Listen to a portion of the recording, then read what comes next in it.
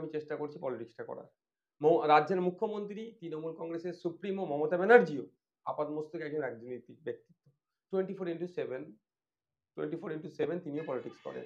সুতরাং আমি আমারও কথা বলবো, শুভেন্দু অধিকারীর কথা বলি, তিনজনের কথা বলি এবং মোহাম্মদ সেলিম সাহেবেরও কথা বলি। কংগ্রেসের শুভঙ্কর বাবু যিনি আছেন এসেছিলেন, ওই দিন কি এসেছিলেন, সবার কথা বলি। আমাদের মুভমেন্ট, আমাদের কথাবার্তা, আমাদের ড্রেস কোড, আমাদের চাল চলন, আমাদের খাওয়া দাওয়া, সবের মধ্যে রাজনীতি জড়িয়ে আছে। আমরা রাজনীতি ছেড়ে বেরোতে পারবো না, একদম কোড আনকোড বলছি। এবার আপনি বুঝে নেন। পশ্চিমবঙ্গ যে সেই হাইকোর্টের বিচারপতি উদ্বেগ প্রকাশ করেছেন, বলেছেন যে পশ্চিমবাংলায় আগে এই হিন্দু মুসলিম জাতি ধর্ম বিদ্বেষ ছিল না। কি বলবেন এই প্রশ্নে? ভয়ঙ্কর উদ্বেগ, তিনি ভয়ঙ্কর পরিস্থিতি দেখে তিনি উদ্বেগ প্রকাশ করেছেন। এখনো কলকাতা হাইকোর্ট সুমোটো করছে না কেন শুভেন্দু বাবুর বিরুদ্ধে, সেটাই আমি ভাবছি। যে ধরনের বিষ উগলাচ্ছে সমাজে, যে ধরনের কথাবার্তা বলে সমাজে দুটো গোষ্ঠীর মধ্যে বিভেদ তৈরি করার চেষ্টা করছে, হিংসা তৈরি করার চেষ্টা করছে, দুটো গোষ্ঠীর মধ্যে ক্লাস লাগিয়ে দেওয়ার চেষ্টা করছে, ইমিডিয়েট ওনার বিরুদ্ধে কলকাতা হাইকোর্টের সুমোটো করার দরকার। আর সাথে সাথে কলকাতা পুলিশ বা ওয়েস্ট বেঙ্গল পুলিশও কেন ব্যবস্থা গ্রহণ করছে না সেটা ভাবছি। তখন ব্যাপারটা হচ্ছে শুভেন্দু বাবু একদিকে বলছে, আর তাকে কাউন্টার করতে গিয়ে যেগুলো বলা হচ্ছে, দুটো কথাই দেখুন সাম্প্রদায়িক শক্তি মাথা চাড়া দেবে। একজন হিন্দুত্বের কথা বলছেন, তো একজন মুসলমানের হয়ে কথা বলছেন, কিন্তু বলার ধরন তরিকা দুটো ধর্মকে কিন্তু কুলুষিত করছে। এর মধ্যে কি রহস্যটা আছে? রাজায় রাজায় যুদ্ধ করে আর উলুখগড়া এই হচ্ছে না তো আমাদের। আপনি একজন আইনসভার সদস্য হয়ে আপনিও তো অভিযোগ করতে পারেন। আমি করছি তো, বিভিন্ন জায়গায় করছি। কোথায় আছেন? শুভেন্দু অধিকারী সংখ্যালঘু মুসলিমদের বিরুদ্ধে একের পর এক বিস্ফোরক মন্তব্য করছেন।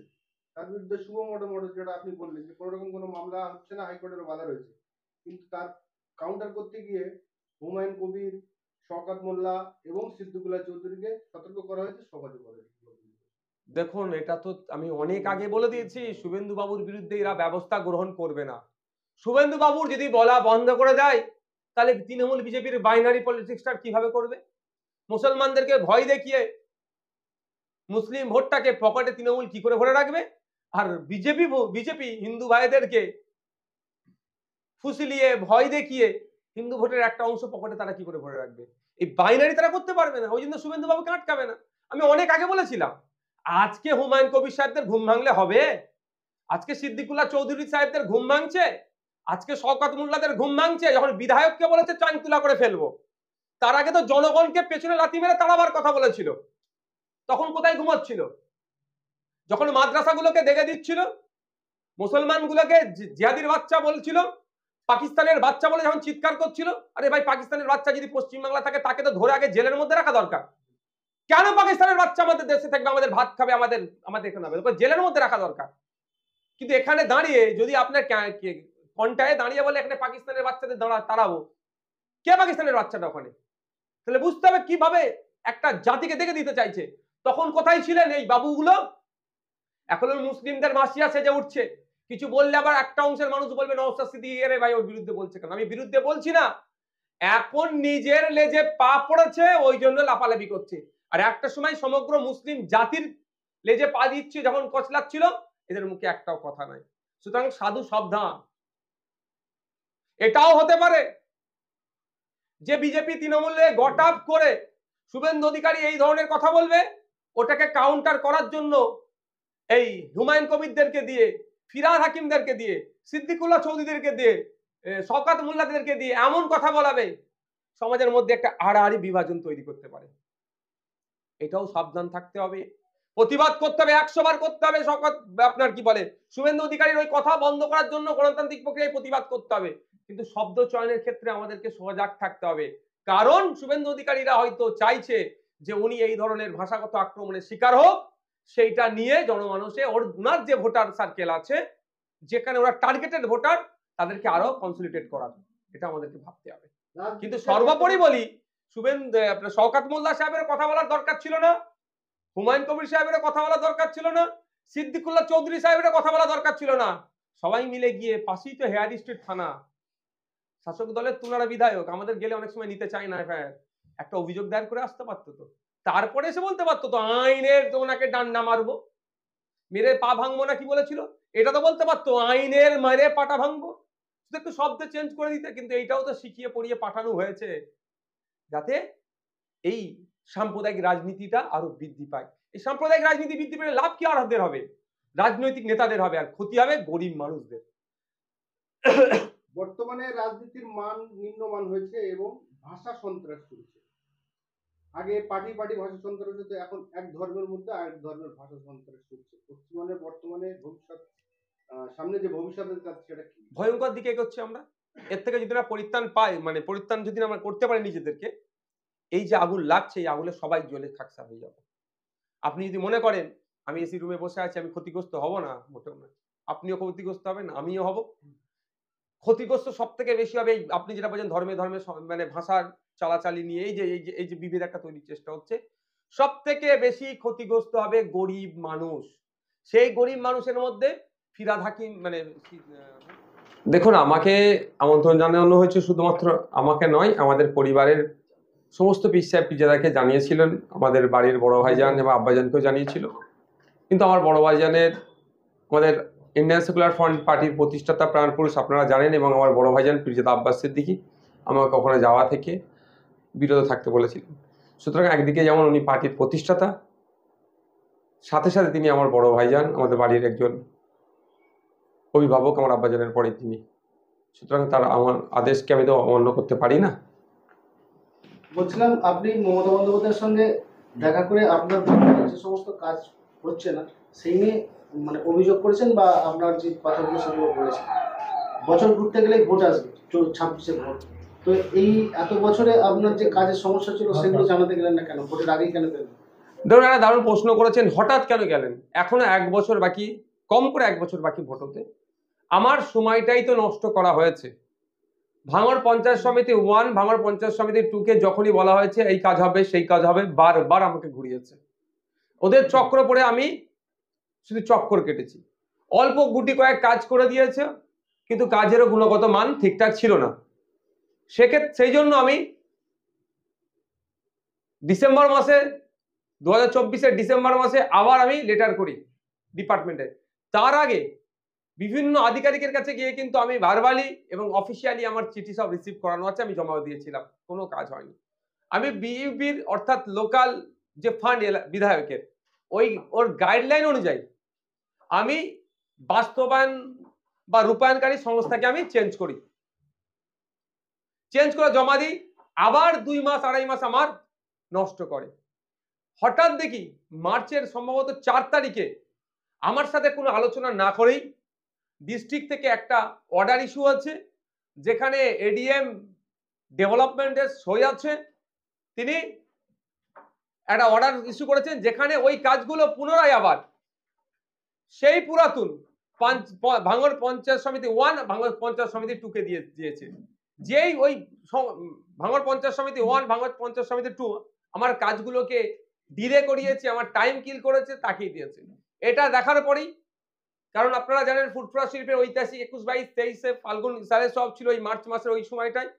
হওয়ার পরেই সোমবারে আমি বিধানসভায় গিয়ে 0 আওয়ারে এই বিষয়টা উত্থাপন করি। ওখানে মাননীয় যিনি পরিষদীয় মন্ত্রী ছিলেন, সাথে সাথে আপনার অর্থমন্ত্রী চন্দ্রিমা ভট্টাচার্য ম্যামও ছিলেন। আমি ওখানে প্রস্তাব রেখেছিলাম, আমার সমস্যার কথা তুলে ধরে আমি জিজ্ঞাসা করেছিলাম যে এই মুহূর্তে আমার করণীয় কি, আমি আমার ভাঙড় বিধানসভার ভোটারদেরকে কি বলবো, কি করণীয় কি, আমি কি করব, তাদেরকে কি বলবো, কারণ আমার মধ্যখানে এত টাইম নষ্ট হয়েছে।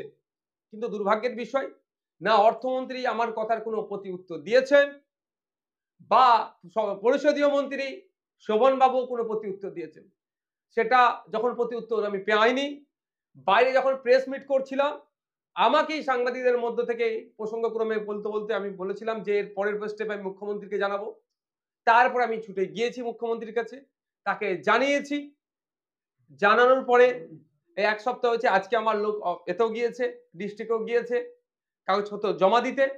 আজকে রাত্রে নাহলে কালকে সকালে আমি খবর পাবো যে মুখ্যমন্ত্রীকে জানানোর কতটা ইফেক্ট হয়েছে। আমার কাজ বিইউপির অর্থাৎ লোকাল এমএলএ ফান্ডের যে ডেভেলপমেন্টের যে গাইডলাইন আছে তার মধ্যে থেকে হচ্ছে কি হচ্ছে না।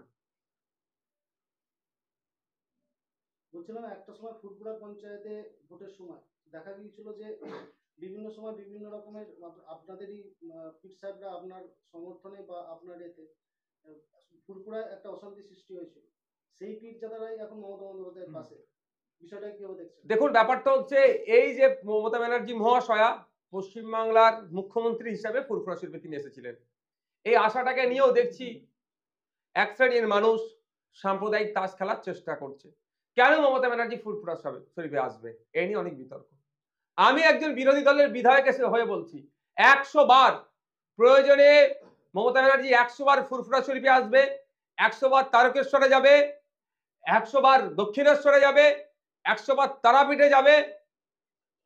তিনি রাজ্যের অভিভাবিকা, তার যেখানে মনে হবে, যেখানে প্রয়োজন মনে হবে মানুষের উন্নয়নের স্বার্থে তিনি সেখানে যেতে পারেন, তাদের সমস্যা নিয়ে তিনি কথা বলতে পারেন। কিন্তু এটাকে নিয়ে যেভাবে সাম্প্রদায়িক রাজনীতি হচ্ছে এটাকে বন্ধ হওয়া দরকার। কোনোদিনের জন্য কেউ কি প্রশ্ন তোলে কেন মুখ্যমন্ত্রী রথের গিয়ে দড়ি টানলো? কোনোদিন কেউ প্রশ্ন তোলেনি, প্রশ্ন তোলাটা অনুচিত বলে মনে করি। কোনোদিনের জন্য কেউ প্রশ্ন করেনি যে গত কয়েকদিন আগে পাঞ্জাবিদের ধর্মীয় অনুষ্ঠানে গিয়ে সেখানে গিয়ে তিনি পাঞ্জাবিদের যে সংস্কৃতি আছে তার সাথে তিনি মিশে যাওয়ার চেষ্টা করেছেন, এই নিয়ে কেউ প্রশ্ন তুলেনি। কেন ফুরফুরা শরীফে আসলে কেন আসলো এই বলে যারা দেখে দেওয়ার চেষ্টা করছে, আমি তাদের কথার সাথে আমি সহমত হতে পারছি না। এবার প্রশ্ন হচ্ছে কার সাথে কে দেখা করতে গিয়েছে? রাজ্যের মুখ্যমন্ত্রীর সাথে পীর সাহেব পীরজাদারা গিয়েছেন। কারা গিয়েছেন? যারা আমন্ত্রিত তারা গিয়েছে। এটা ভাববেন না যে মুখ্যমন্ত্রীর আমন্ত্রণে গিয়েছিল মানে সব তৃণমূল হয়ে গেল। আমি বিতর্ক বলি, এটা আমি বিশ্বাস করতে পারি না। আমাদের ভাইজান হিসাবে আমাদের পাশে যেরকম ভাবে ছিল আগামীতেও সেই রকম ভাবে থাকবে, এই আশা আমরা ভাইজানদের কাছে রাখি। এখন তো দেখা যাচ্ছে তৃণমূলের প্রতি একাধিক পীরজাদা ঝুঁকছে, আপনার অবস্থা? দেখুন ব্যাপারটা হচ্ছে গণতন্ত্র, এটাই আপনার যদি কাউকে ভালো লাগে, আপনার সত্তা দিয়ে যদি মনে হয় ওর আদর্শটা ভালো, আপনাকে কেউ আটকাতে পারবে? যে আটকাবে সেই তো অন্যায় করবে আমি মনে করি। যদি তৃণমূলের আদর্শ কাউকে পছন্দ লাগে তাকে তৃণমূল ভালো লাগবে, কাউকে লেফট ফ্রন্টের আদর্শ ভালো লাগে সে লেফট ফ্রন্টে গ্রহণ করে, জাতীয় কংগ্রেসের আদর্শ অনেককে ভালো লাগে জাতীয় কংগ্রেসে থাকছে। এই যে ব্যাপারটা হচ্ছে এসেছে বলে সুর নরম হয়েছে, ব্যাপারটা হচ্ছে ফুরফুরা শরীফে এসেছেন উনি দুটো প্রস্তাব দিয়েছেন। আপনাদেরকে একটা ক্লিয়ার করে রাখি আপনাদের মাধ্যমে, একটা বাজে ফুরফুরা শরীফ সম্পর্কে বার্তা ছড়ানো হচ্ছে, এটা আমি আপনাদের মিডিয়া আপনাদের মাধ্যমে সেই বার্তার আমি বিরোধিতা করছি। বলছে কি ফুরফুরা শরীফ এসেছে সব ফুরফুরা শরীফ সংক্রান্তই দাবি করেছে। অ্যাকচুয়াল আপনারা হয়তো দেখেছেন মুখ্যমন্ত্রী মহাশয়ের হাতে অনেক কাগজের গুচ্ছ কিন্তু তুলে দেওয়া হয়েছে ফুরফুরা শরীফের পক্ষ থেকে বিভিন্ন পীর সাহেব পীরজাদারা।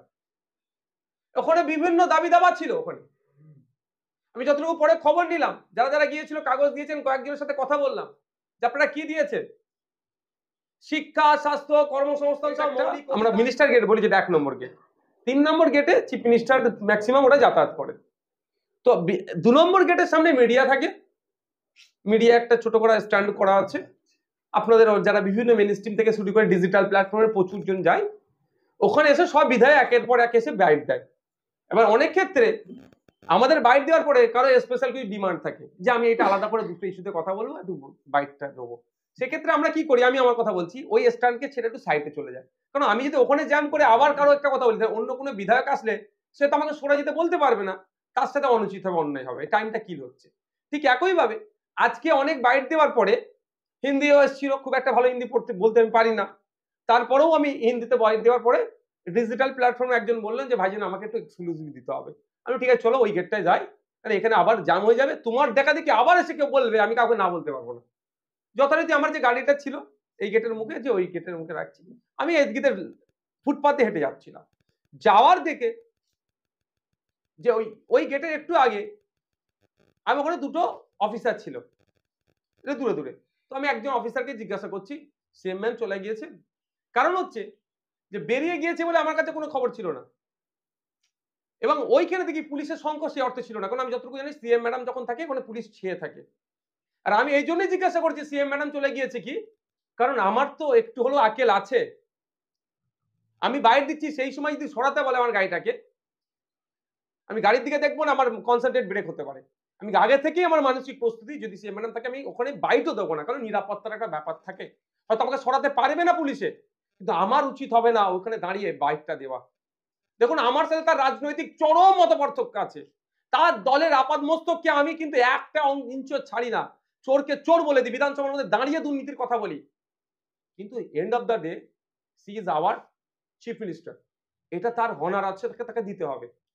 সেই জন্য আমি জিজ্ঞাসা করলাম, একবার বলেছে কোন উত্তর দেয়নি, আমি আবার বললাম যে সাহেব বা স্যার বা সাহেব, মনে হচ্ছে না যে চিফ মিনিস্টার চলে গেছেন। উনি যে রিয়াকশনটা দিলেন আমাকে অত্যন্ত খারাপ আমাকে লেগেছে। মানুষ হিসাবে ব্যথা পেয়েছি, আবার বিধায়ক হিসেবে আরো বেশি ব্যথা পেয়েছি, কারণ আমার সম্মানে তা আঘাত দিচ্ছে। ভাঙড়ের মানুষ আমাকে ভোট দিয়ে যে সম্মান নেওয়ার জন্য পাঠিয়েছে, সেই সম্মানেও আঘাত লেগেছে। তো আমি বললাম আপনি আমার সাথে এই আচরণ করছেন কেন? হাসি মুখে বললাম, এরকম ভাবে বলছেন কেন? দুবার একবার বললাম যে আচরণ আপনি করতে পারেন না। তখন উনি বলছেন জানতো। তখন কিন্তু আমি কথাটাকে সিরিয়াস হিসেবে নিয়েছি, তার আগে পর্যন্ত সিরিয়াস হিসেবে আমি নিইনি কথাটা। আমি বলছি আমি যাব না, আপনি অবাধ্যতা বন্ধ করুন। আরো কয়েকটা এবার কথা চালাচালি হয়েছে, বলছে আপনার গাড়ি সরান। আমি বললাম আমার গাড়ি থাকলো, আমার গাড়ির যে ড্রাইভার ছিল, আমি চাবি আমার কাছে দে, কাঁচ তুলে দে, চাবি নিয়ে নিয়েছি। যে আপনি এই যে কথাটা বলেছেন, আমি একজন বিধায়ক হিসাবে আমি অপমান বোধ করেছি, এই কথাটা আপনার ভুল হয়েছে, এটা যতক্ষণ না বলবেন আমি গাড়ি সরাবো না। আমি দাঁড়িয়ে আছি, ওখানে অদূরই ডিসি স্যারেরা ছিলেন, এসি স্যারেরা ছিলেন, এসে আমাকে বলছেন নসর সাহেব কি হয়েছে? আমি তখন এই হয়েছে না, এটাকে ব্যাপারটাকে ছোট করলাম। আমি বললাম ডিসি স্যারদেরকে, যারা ওনার থেকে ঊর্ধ্বতন যারা ছিল, যে আমাকে লজ্জা লাগছে আপনি এসে এই ছোট্ট বিষয়ে আপনি কথা বলছেন। হ্যাঁ ছোট্ট বিষয়, কিন্তু অনেক গভীরের বিষয়। ওনার এই আচরণ করার কারণটাও কি কিন্তু আমি পরে এক্সপোজ করব, এখন না, আমি কয়েকটা দিন অপেক্ষা করছি। তা উনাকে আমি বললাম যে দেখুন আমি এই ঘটনা ঘটেছে, উনি যদি আমাকে একবার বলেন যে আমার এই বলাটা অনুচিত হয়েছে, তাহলে আমি সরিয়ে দেবো, নাহলে আমি সরাবো না। তাতে যা আমার বিরুদ্ধে কোনো মামলা টামলা দিতে হয় আপনারা দেন। ওখানে ওই অফিসারটাকে ডেকেছেন, কিন্তু ওই অফিসার এত উদ্ধত্ত তিনি আচরণ করেছেন। ডিসি র্যাঙ্কের একজন অফিসার, হ্যাঁ আপনার এসিরা আছেন, অনেক কটা এসি স্যার ছিলেন ওখানে, আরো অনেক ইন্সপেক্টর এসে গিয়েছিলেন, তাদের সামনেও আমার সাথে অদূত্তপূর্ণ আচরণ। আমি অফিসারদের বললাম দেখুন আপনাদের সামনে যদি আমার সাথে এই আচরণ করে, তাহলে আপনারা অবর্তমানে কি করেছে বুঝতে পেরেছেন তো। আর সর্বোপরি এখানে তো ক্যামেরা লাগিয়ে ঘরে, ক্যামেরাটা দেখলে দুধকে দুধ পানিকে পানি হয়ে যাবে। আমি সাইডে একটু সরে আসলাম, কারণ ও আমাকে দেখছি উত্তেজিত করার চেষ্টা করছে। আমি তো ট্যাপে পা দেবো না, আমি উত্তেজিত হলেই পাবলিক বলবে নেতা লোক তো এর ব্যাটার দোষ বেশি হবে। আমি সাইড এলাম। ইন দি মেন টাইম আরো অফিসার অনেকে আসলো। একজন অফিসার এসে আবার বললো যে কারো বাড়ির সামনে এরকম ভাবে গাড়ি রাখা যায় না। আমি বললাম যদি এটা কারো বাড়ি হয়, এই বাড়ির মালিকও কিন্তু আমি একজন, এর মধ্যে আমারও ভাগিদারিত্ব আছে। আমি এরকম ভাবে তাকে উত্তর দিয়েছি, তবে হ্যাঁ সংযুক্ত ভাষাতেই। তারপরে কিছুক্ষণের মধ্যেই দেখি আপনার বিধানসভার 2 নম্বর গেটের ভিতর দিয়ে রাজ্যের মন্ত্রী, বিদ্যুৎ মন্ত্রী অরূপ বিশ্বাস মহাশয় এগিয়ে আসলেন। ভাই কি হয়েছে? আমাকে ভাই সম্বোধন বলেই কথা বলে। আমি দাদা এই ব্যাপার হয়েছে, বলছি বলার আগে এই ব্যাপার বলার আগে শুরু করেছি, বলে একটু ভিতরে চলো।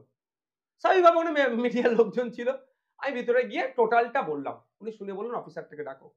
আমি এটাও বলছি কোড আনকোড, ওই অফিসারটাকে অনেকক্ষণ দেখবেন, আপনারা হয়তো ভিডিও দেখবেন, আমি অনেকক্ষণ ভিতরে গিয়েছিলাম। অফিসারটাকে একাধিকবার ডাকার পরে তিনি এসেছেন। আসার পরে আমি দেখেছি যেটা ওনার বডি ল্যাঙ্গুয়েজ, আমি অফিসারটা দেখেছি একজন মিনিস্টার, রাজ্যের একজন মিনিস্টার, তাকে স্যালুটের দেওয়ার যে প্রোটোকল, সেই প্রোটোকল উনি মেনটেন করেনি। উনি আমাকে প্রোটোকল শেখাচ্ছিলেন। মন্ত্রীর সামনে বলছেন, ইনি এসে আমাকে জিজ্ঞাসা করেছে যে সিএম ম্যাডাম আছেন, আমি তো বলতে পারি না, আমি ওনাকে বলেছি প্রোটোকলে বলা যায় না। আমি বললাম এটা আপনি অসত্য কথা বললেন, এত তো উনি কথা বলেননি। উনি হুম করে আমাকে করেছেন। তারপরে যখন বিতর্ক ওনার সাথে হয়েছে, তর্ক বিতর্ক, তখন বলেছেন যান চলে যান। আমি বললাম এটা অসত্য কথা বলছে। আমাকে মন্ত্রী মহাশয় বললেন তাহলে একটু হাত মিলিয়ে নাও না। আমি ওনার সাথে কি আমার ঝগড়া হয়েছে নাকি? আমি কি উনি কি আমার শত্রু যে হাত মিলানোর ব্যাপার? এখানে আমার ডিগনিটি, আমার যে আত্মসম্মানে আঘাত লেগেছে, এটা আমি করতে পারি না। ইন দি মিন টাইম দেখলাম ওদেরকে নজরে পড়লো কলকাতা পুলিশের ট্রাফিকের একটা বড় গাড়ি তোলা গাড়ি নিয়ে চলে আসলো। আমাকে চমকাতে হয়তো, ওসব চমকানো ধমকানো আমাকে দিয়ে হবে? 42 দিন জেল খাটিয়ে সব আমাকে আটঘাট শিখিয়ে দিয়েছে। ওসব আমি চমকানো ধমকাতে জানতে চাই না। আমি ভালো হবে গাড়িটা একবার তুলুক। যদি গাড়িটা তুলতো আমি বলছি হেঁটে বাড়ি আসতাম, আমি ওই গাড়িতে আমি আর উঠতাম না। ভাগ্য ভালো গাড়িটা কিন্তু 1 ইঞ্চি সরাইনি, বাংলার মানুষ আবার উত্তাল হতো। জবাব বাংলার মানুষ চাইতো। ভাগ্যক্রম হয়েছে, বুদ্ধি ওদের শুভবুদ্ধির উদয় হয়েছে, সম্ভবত মানে মিনিস্টার স্যারই বারণ করে দিয়েছিল, 1 ইঞ্চি সরায়নি। তা এই কথা বলতে বলতে আমি বললাম, দেখুন স্যার কি, অরূপ স্যার কি, স্যারও বলি দাদা বলি, আমি দাদা এই দেখুন, আমাকে যদি আপনি ভালোবেসে এই ফুটপাতে বসতে পারেন, আমি 4 ঘন্টা আপনাকে বসে থাকবো ভালোবাসা দিয়ে। আর যদি আপনি আমার আত্মসম্মানের আঘাত দিয়ে বলতে পারেন আমি আমাকে স্টার জায়গাতে বসাতে বললে আমি 1 সেকেন্ড সেখানে থাকবো না। আমার সব থেকে বড় আমার আত্মসম্মান। আমার এত যে স্টাফ আছে, জিজ্ঞাসা করুন একজন সিঙ্গেল বিধানসভার স্টাফ বা যে সময় মন্ত্রী মহাশয়ের হাতে অনেক কাগজের গুচ্ছ কিন্তু তুলে দেওয়া হয়েছে ফুটপাত শিল্পের পক্ষ থেকে বিভিন্ন পীর সাহেব পীরজাদারা। ওখানে বিভিন্ন দাবি দাবা ছিল। ওখানে আমি যতটুকু পরে খবর নিলাম, যারা যারা গিয়েছিল কাগজ দিয়েছেন, কয়েকজনের সাথে কথা বললাম যে আপনারা কি দিয়েছেন, শিক্ষা, স্বাস্থ্য, কর্মসংস্থান সহ মৌলিক অধিকার, সর্বোপরি বাংলায় যেভাবে বাংলার আকাশে কালো মেঘ আসছে, সাম্প্রদায়িক মেঘ ছড়ানোর চেষ্টা করছে, মানে ছেয়ে যাওয়ার চেষ্টা করছে, এটা থেকে পরিত্রাণ পাওয়ার জন্য মুখ্যমন্ত্রীকে বলিষ্ঠ পদক্ষেপ গ্রহণ করতে হবে, সে বার্তা ফুরফুরা শরীফ থেকে লিখিত আকারে দেওয়া হয়েছে। এবার হচ্ছে এই শুধু ফুরফুরা শরীফের বিষয়টা মুখে কেন হয়েছে, আমি যতটুকু উপলব্ধি করতে পেরেছি, আমিও বিধানসভায় বক্তব্য দিই, সামনে যখন দেখি, পাশে যখন দেখি লিডার অফ অপোজিশন আছে বা সামনে মুখ্যমন্ত্রী আছে, বক্তব্যতে কোনো না কোনো ভাবেই যেন লিডার অফ অপোজিশনের নাম চলে আসে, মুখ্যমন্ত্রীর কেউ অ্যাড্রেস হয়ে যায়। ফুরফুরা শরীফ এসেছে, ফুরফুরা শরীফের বিষয়ের দাবিটাই সবার কম বেশি মুখ দিয়ে বেরিয়েছে। দেখবেন ফুরফুরা শরীফের দাদা হুজুর পীর রহমতুল্লাহের নামে একটা ইউনিভার্সিটির দাবি একাধিক পীরজাদারা করেছে। দাবি কিন্তু একটাই, একাধিক পীরজাদারা করেছেন। ব্যাপারটা হচ্ছে যেখানে এসেছিস তার মহত্বটাকে আগে বলার চেষ্টা হয়েছে। এই নয় যে দাদা হুজুরের নামে বিশ্ববিদ্যালয় চেয়েছে বলে দক্ষিণ 24 পরগনার প্রত্যন্ত গ্রামের মানুষ শিক্ষা পাবে না, তার দাবিটা করেনি। কোনো দাবির মধ্যে লিখিত দাবি আছে, আমি জিজ্ঞাসা করলাম, পেয়েছি, যে যেভাবে স্কুলগুলো বন্ধ হতে চলেছে এগুলো না বন্ধ হয়। এটাই ফুরফুরা শরীফ। সম্প্রীতির বার্তা এখান থেকে দেওয়া হয়, ঐক্যের বার্তা দেওয়া হয়, শিক্ষার বার্তা দেওয়া হয়, সামাজিক বার্তা দেওয়া হয়।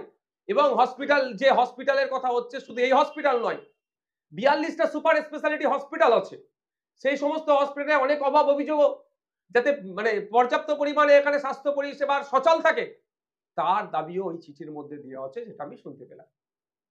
কেউ কেউ বলছে আপনার বিরুদ্ধে ফুরফুরা শরীফের কোনো পীরজাদাকে ব্যবহার করা হতে পারে, বলবেন বিষয়টা? দেখুন, সিদ্দিকী বলছেন আপনার মমতার হাতে আপনার ভাগ্য, মমতার কথা যদি আপনি না শোনেন তাহলে সেক্ষেত্রে যে আপনি যে ভাঙড় বিধানসভায় দাঁড়িয়েছেন সেখানে এখানকার কোনো পীরজাদাকে ওখানে আপনার বিরুদ্ধে প্রার্থী করা হবে।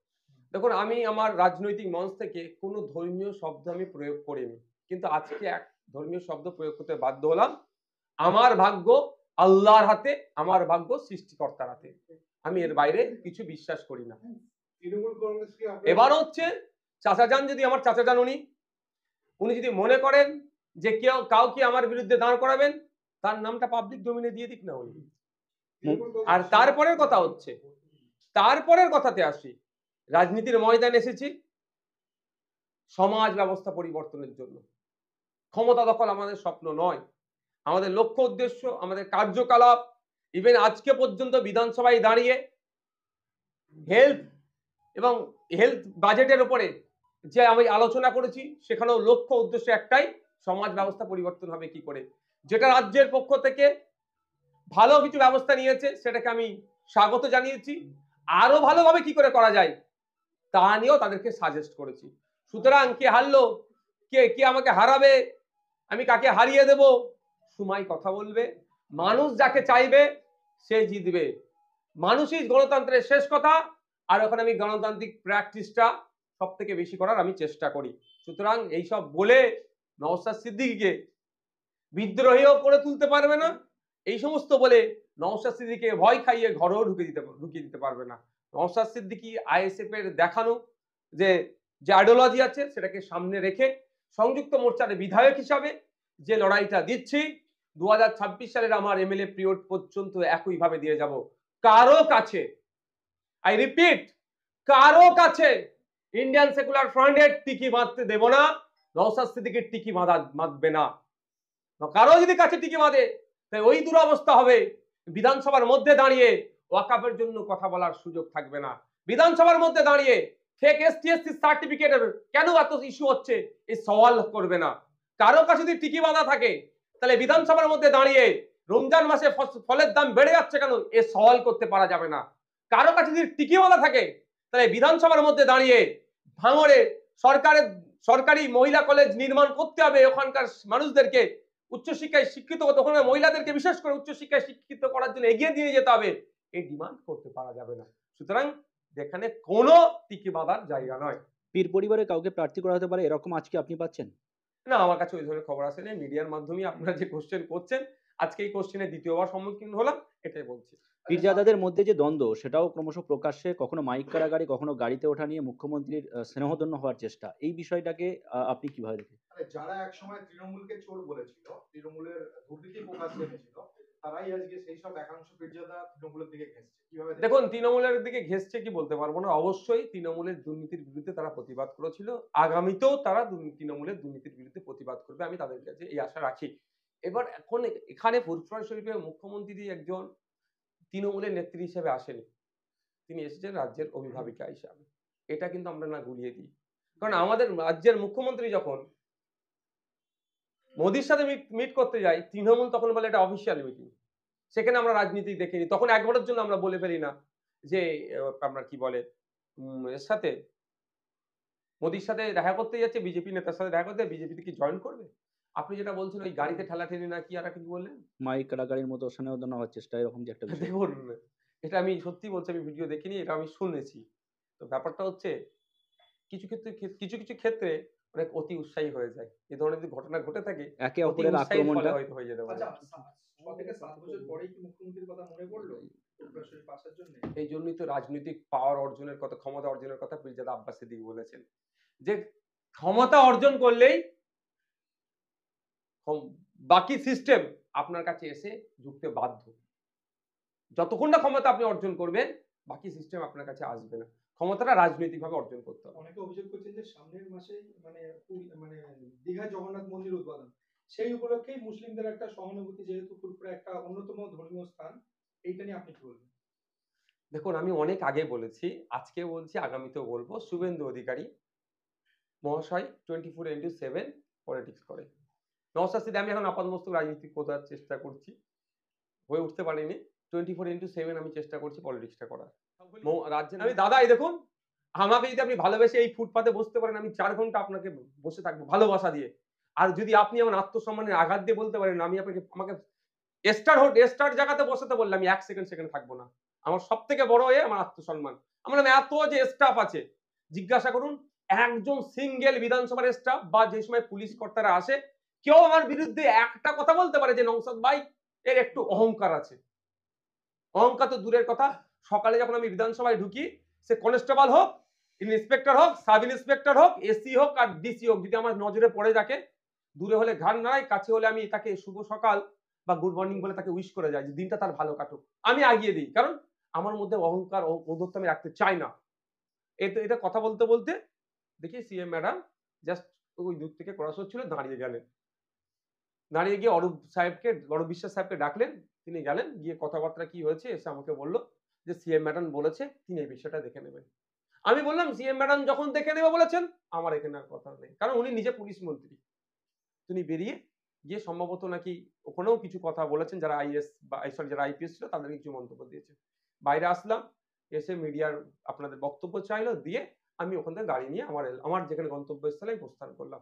ব্যাপারটা হচ্ছে আমি কিন্তু তারপরে 1 সেকেন্ডের জন্য আমি মিডিয়ার বাইরে যাওয়ার পর ওখানে থাকিনি, কারণ আমি সিন ক্রিয়েট করার জন্য ওখানে গাড়িটা রাখিনি। আমার ইজ্জতে ধাক্কা দিয়েছিল, আর ইজ্জতে ধাক্কা দিয়েছে, এটা অন্যায় হয়েছে নিশ্চিতভাবে বুঝতে পারার পরে যখন মন্ত্রী মহাশয় এসেছেন নিজে এবং চিফ মিনিস্টার বলছেন আমি যে দায়িত্ব নিচ্ছি আমি কথা বলবো, কি হচ্ছে আমি দেখে নেবো, তাহলে এরপরে যদি আমি ওখানে দাঁড়িয়ে হই করি তাহলে আমি একটা সিন ক্রিয়েট হবে। আমার আত্মসম্মান আঘাত দেখেছে, আমি সিন ক্রিয়েট ওখানে করতে যাইনি। আমার অধিকারটা আমি বুঝিয়ে দিতে চেয়েছি যে আমার পদটা বাচ্চা ছেলে দেখতে হতেই পারে স্বাভাবিক, কিন্তু আমার পদের গুরুত্ব যদি ইন্সপেক্টর বোঝে, কিছুই করার নেই। তবে একটা কথা বলে রাখি, আপনারা বলতে পারেন, হয়তো অনেকে বলতে পারে যে নো পার্কিং জোনে গাড়ি রেখেছে, কোথায় নো পার্কিং জোন আমি ভালো জানি বিধানসভার সম্পর্কে। অডিয়েন্স যারা থাকবেন আমাদের তৃণমূলের বন্ধুরা শুনে বলতে পারবে এটাকে মিসগাইড করে নো পার্কিং জোনে। আমার জানা আছে কোথায় নো পার্কিং জোন, কোথায় গাড়ি রাখতে হয়, সেটা ভালো করে বিধানসভার আমি রীতিনীতিটা ভালো করে জানি। বিধানসভার রীতি জানি বলি আমার গাড়িটা ভাড়ার গাড়ি নিয়ে আমি চলি। আমার গাড়ি তো কাঁচ ভেঙে দিয়েছে, কাঁচ ভাঙাই অবস্থা আছে, আমি মাঝ গেলে ভাড়া দিতে হয়। ভাড়ার গাড়ি কখন সে নিয়ে নিতে পারে, সেই জন্য আমি স্টিকার, যেটা বিধানসভার স্টিকার হয় সেটা লাগাইনি। আর বিধানসভার স্টিকার না লাগিয়ে বিধানসভায় ঢুকানো অনুচিত। হয়তো আমি গেলে ঢুকিয়ে দেবে, কিন্তু আমি এই আইন বহির্ভূত কাজটুকু আমি করি না। সুতরাং আমাকে নো পার্কিং এইসব দিয়ে কেউ না কাউকে মিসগাইড করে, সেটাও আমি বলছি। কিন্তু একটা সময় মনে হচ্ছিল পুলিশ কার্যত অসহায় হয়ে পড়ছিল আপনার হুঙ্কারে। তাহলে অরূপ বিশ্বাস কি পুলিশকে সাহায্য করতে আপনার সঙ্গে সাক্ষাৎ করলেন? না আমি সেরকম হুঙ্কার টঙ্কার কিচ্ছু দিইনি।